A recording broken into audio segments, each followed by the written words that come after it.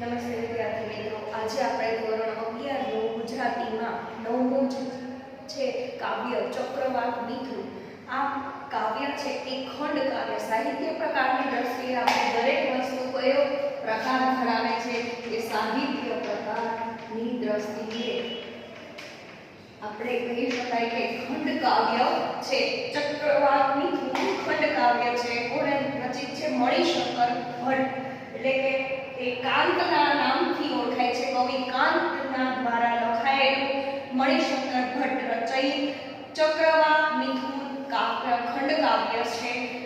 અહીંયા મણિશંકર ભટ્ટનો આપણે પરિચય લઈએ તો તેનો જન્મ 20/11/1863 અને અવસાન 16/6/1923 ના રોજ થયેલો હતો.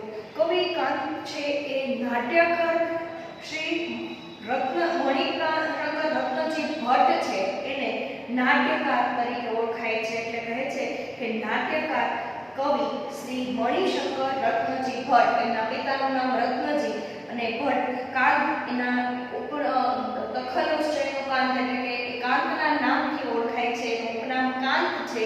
એનો જન્મ અમરેલી જિલ્લાના ચાવંડ ગામમાં થયો હતો. વિદ્યા અને વ્યવસાયના કેટલાક વર્ષો તેઓ મુંબઈ રહ્યા અને શિક્ષક, અધ્યાપક, આચાર્ય અને શિક્ષણ અધિકારી તરીકે જુદા જુદા સ્થળે પોતાની સેવાઓ આપી હતી. આમ કવિ કાંત છે એણે પોતાના વ્યવસાયનો અર્થે મુંબઈ પણ ગયેલા છે. પૂર્વાલા એમનો એકમાત્ર કાવ્ય સંગ્રહ છે.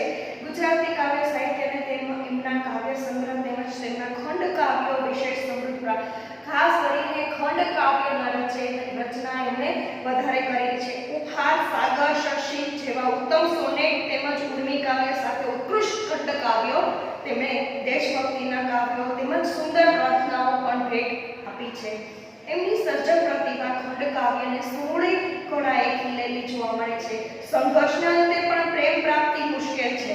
જીવન નિયતિનો પ્રબળતાને પરિણામે પ્રાપ્ત થતી કરુણા એમની કવિતાને ચિરકાલીન એટલે કે દીર્ઘકાલીન બનાવે છે.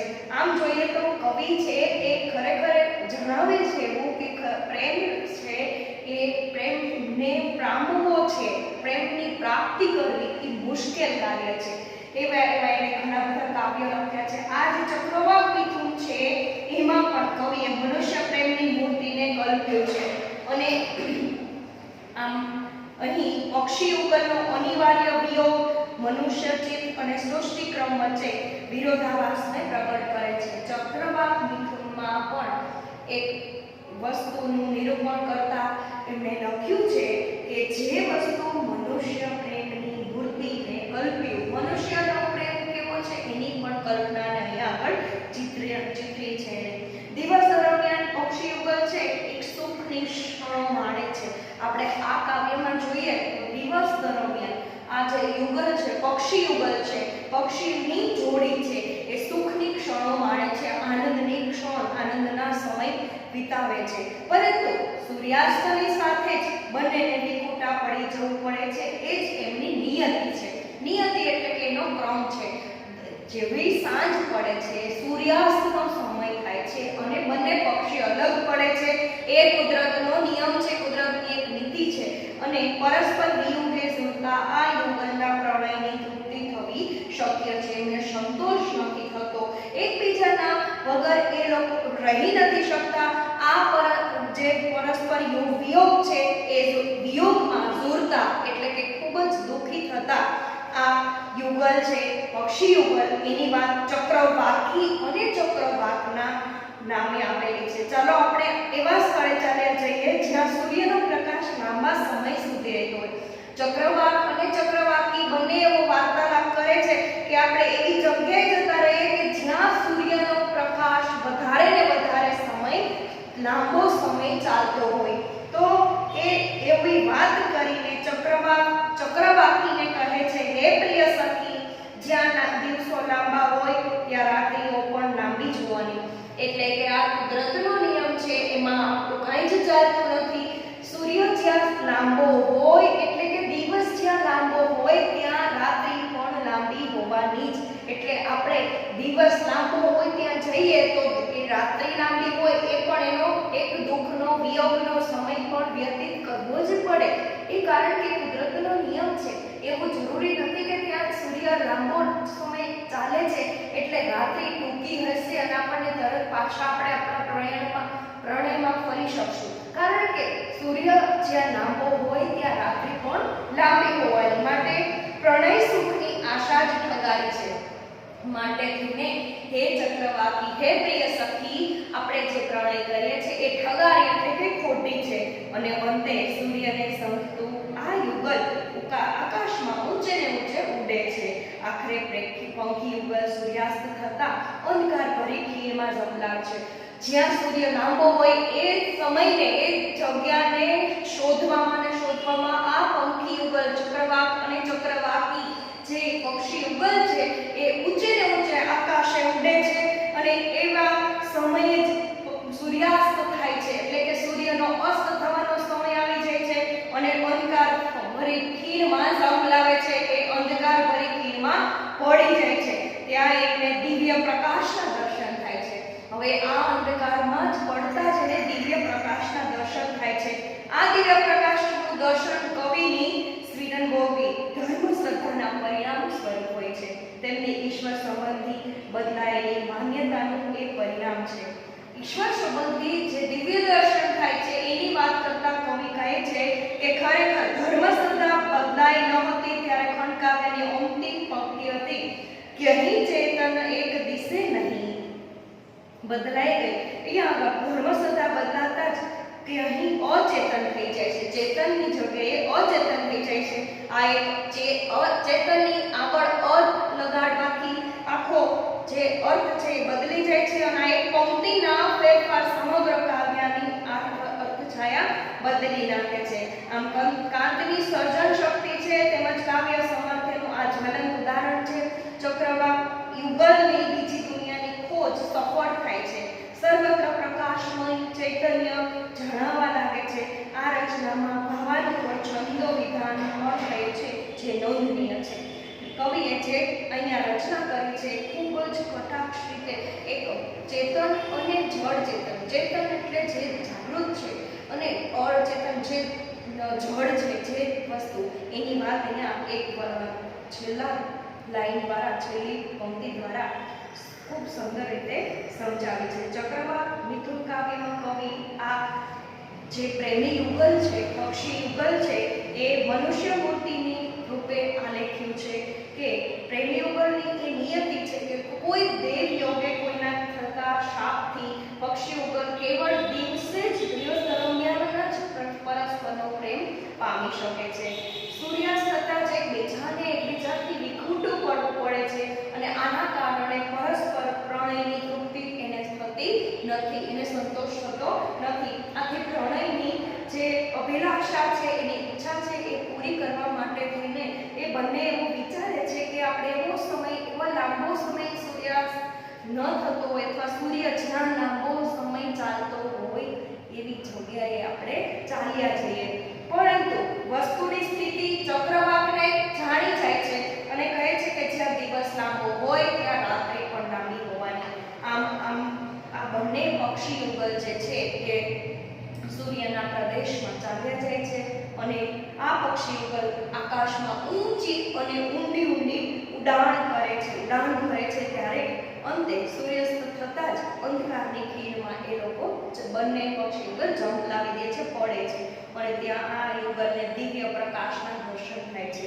આ દિવ્ય પ્રકાશનું દર્શન કવિને ખરેખર સ્વીડનબોર્ગની ધર્મશ્રદ્ધામાંથી પ્રાપ્ત થયું છે અને પરિણામે તેઓ ઈશ્વર શ્રદ્ધાળુ બન્યા અને ખંડકાવ્યની અંતિમ પંક્તિમાં જેમણે જને સ્થાને મૂકીને કાવ્ય પંક્તિમાં ફેરફાર કરીને અચેતનને ચેતનની જગ્યાએ મૂકીને ખૂબ જ એક અર્થવાળું પણ કહેવાય અર્થાક્ષયા એટલે કે અર્થ જેવી છાયા બદલી નાખે એવી કાંતની ઉત્તમ સર્જન શક્તિ અહીંયા જ્વલંત દારણ દ્વારા કવિએ ખૂબ સરસ એવી છંદાલયની શૈલીમાં પસંદગી કરી અને એક નોંધપાત્ર આ કાવ્ય લખ્યું છે। આપણે કાવ્યને આપણે વિગતવાર ભણતા એક પંક્તિને સમજતા આપણે એનો અર્થ કાઢીએ તો પ્રસરી રહી ચોપાસ શાખાઓ શૈલરાજની ન જણાય જશે એવી સંધ્યાએ મધ્ય આજની।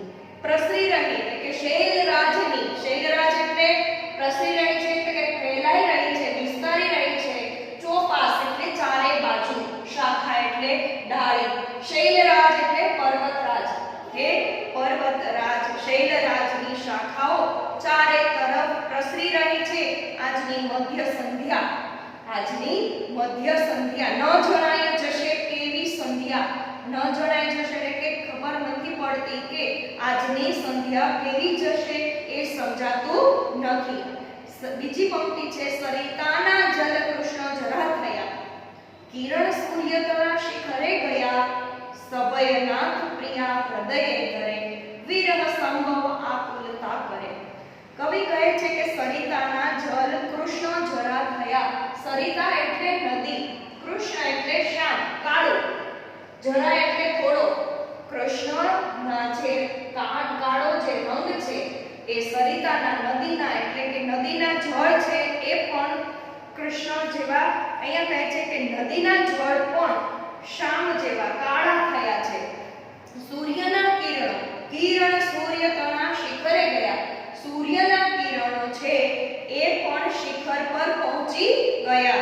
સભયનાથ પ્રિયા હૃદયે ધરા, ભય પામેલી જે પ્રિયા છે એની ચક્રવાકી છે, ચક્રવાકી કહે છે કે નાથ કહે છે કે સભયનાથ પ્રિયા હૃદય, પ્રિયા છે એ હૃદયે ધરે છે અને કહે છે સંભવત બને વિરહથી વ્યાકુળ થઈ ગયા છે. વિરહ એટલે કે જે બંનેને વિયોગ આવવાનો સમય છે એટલે એ બંને આકુળ વ્યાકુળ થઈ ગયા છે એટલે બંને જણા વિચારે છે. આગળ કહે છે ઝાંખા ભૂરા ગીરી ઉપરના એકથી એક શૃંગ. ઝાંખા એટલે જે આપણે કહી શકાય કે ઝાંખું દેખાતું હોય, જરા ભૂરા ગીરી ઉપરના એકથી એક શૃંગ. ઝાંખા ભૂરા ગીરી એટલે પર્વત, અહીંયા આગળ ગીરી એટલે પર્વત, અને કહે છે કે જે શૃંગ એટલે શિખર, એક એક શિખર જાણે વર્ષા સમયે, વર્ષાકાલે જલતી જલના હોય જાણે તરંગ. વર્ષા સમયે એક એક પર્વત છે એ જાણે જલથી તરંગ ભરાતા હોય એવી રીતે ઊંચી પાસે સામે તમ પ્રસરતા એક ઉદ્ગ્રીવ જોયું, વિરુષ્યામાં પણ નયનમાં આવતું અશ્રુ લોયું. કહે છે કે ઊંચી ડોક કરીને વર્ષાકાલે એટલે કે વર્ષા ઋતુના સમયમાં જલતી જલ એટલે સમુદ્રના પાણી, તરંગ એટલે કે જાણે લહેરતા હોય, તમ એટલે અંધારું. અહીંયા કહે છે કે એવી જ રીતે તમ પ્રસરતા, પ્રસરતા એટલે ફેલાવતા, તમ એટલે અંધારું ફેલાવતા હોય એવું અહીંયા લાગે છે. વિરુષ્યામાં આંખમાં આવતા આંસુને લૂછે છે. જેવી અહીંયા આ પંક્તિનો ભાવાર્થ તમે સમજી લો કે ઝાંખા ભૂરા, જેમ ઝાંખા ભૂરા ગીરી ઉપરના એકથી એક શૃંગ, શૃંગ એટલે અહીંયા આગળ શિખર. ઝાંખા ભૂરા જે ગીરી એટલે પર્વત છે એક શિખર જાણે વર્ષા ઋતુના સમયે જલાદી જલના તરંગ ન હોય એવું એને ઊંચી ડોક કરીને સામે ફેલાયેલા અંધકારને જુએ છે અને વિરુષ્યામાં આંખના આવતા આંસુને લૂછે છે. શું કામે? અંધારું થઈ જતા વિયોગ પામે છે એટલા માટે.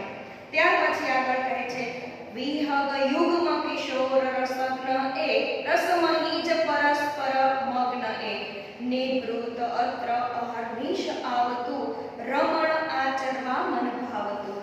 હવે અહીંયા આગળ ઝાંખા ભૂરા ગીરી પર્વતની વાત કર્યા પછી અને જે એને આંખમાં જે પાણી આવે છે, આંખમાં જે એને આંસુ આવે છે એ લૂછે છે અને કહે છે વિરહમાં યુગમાં. વિરહમાં યુગમાં એટલે કે અહીંયા આગળ વિરહ પંખીનું જે જોડું છે એની વાત કરે છે કે કિશોર નાની ઉંમરનું, સગીર ઉંમરનું જે રસગ્ન એટલે રસને જાણનાર અને નિર્બુદ્ધ રસમહી જ પરસ્પર મગ્ન. પરસ્પર એટલે એકબીજાના, અરસપરસના, મગ્ન એટલે તલ્લીન, નિવૃત્ત, નિવૃત્ત એટલે નિર્ભય અને અત્ર એટલે અહીં, અહર્નિશ એટલે દિન અને રાત, દિવસ અને રાત, અહર્નિશ.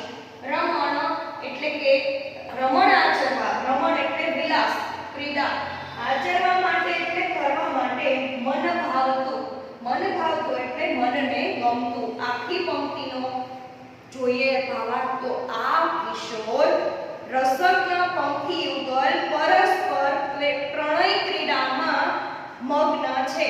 યુગલને દિવસ રાત અહીં નિર્ભય બનીને પ્રણય ક્રીડા કરવાનું ગમે છે. દિવસ દરમિયાન જ આપણને ખબર છે કે પક્ષીઓને દેખાય છે. તો આ જે વસ્તુ છે એ બંને ચક્રવાક અને ચક્રવાકી જે છે એ બંને વિચારે છે કે આપણે અહીં જ રહીને જે નિર્ભય બનીને પ્રણય ક્રીડામાં આપણે એટલે કે મનને જે ગમતું હોય એમાં જ આપણે રચ્યા પચ્યા રહીએ. ત્યાર પછીની જે પાછળની પંક્તિ છે એ હવે આના પછીના વિડીયો દ્વારા હું તમને સમજાવીશ.